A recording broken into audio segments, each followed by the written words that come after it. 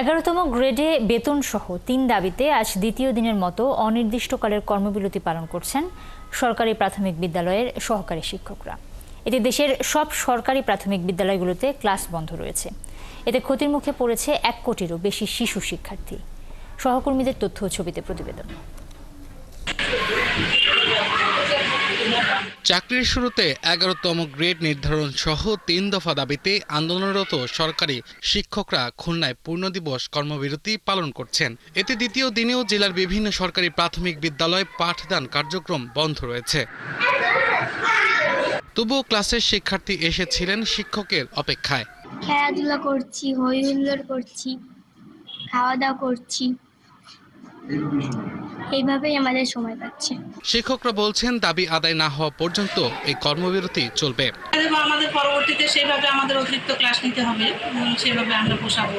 দাবি আদায় কঠোর অবস্থানে সিলেটের শিক্ষকরা। তারা বলছেন গ্রেড ও পদোন্নতি নিয়ে জটিলতা নিরসনের দাবিতে পূর্ণ কর্মবিরতি পালন করছেন তারা। আমরা যারা সহকারী শিক্ষক সারা জীবন চাকরি করার পরেও শেষ বয়সে আমাদের কিন্তু লাস্ট সহকারী শিক্ষক হিসেবে আমাদের চাকরি থেকে অব্যাহতি নিতে হয়। প্রাথমিক সরকারি শিক্ষক সংগঠন ঐক্য পরিষদের ব্যানারে কুড়িগ্রামেও কর্মবিরতি পালন করছেন সহকারী শিক্ষকরা। তারা স্কুলে আসলেও ক্লাস নেননি।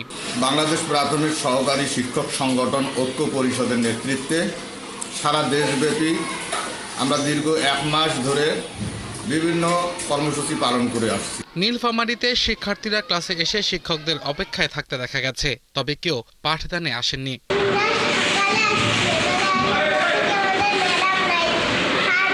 আমাদের 3 দফা দাবিতে কর্মবিরতি চলছে। যতদিন দাবি আদায় হবে না ততদিন এই কর্মবিরতি চলবে। ময়মনসিংহে সরকারি প্রাথমিক বিদ্যালয়ের সরকারি শিক্ষকদের পূর্ণ কর্মবিরতি চলছে, তবে নগরের কয়েকটি বিদ্যালয়ে শিক্ষকদের ক্লাস করাতে দেখা গেছে। ওদের কোনো দুর্ঘটনা ঘটলে ওদের বাবা মা আমাদেরকে করবে, গিল্টি করবে। ওই কারণে আমরা চাচ্ছি যে ওরা ভিতরেই থাকুক, কিন্তু আমরা কোনো কাজ করব না। বরিশালে চলমান রয়েছে সরকারি প্রাথমিক বিদ্যালয়ের ক্লাস। রুটিন মেনেই পুরো সময় সরব ছিল স্কুল প্রাঙ্গণ।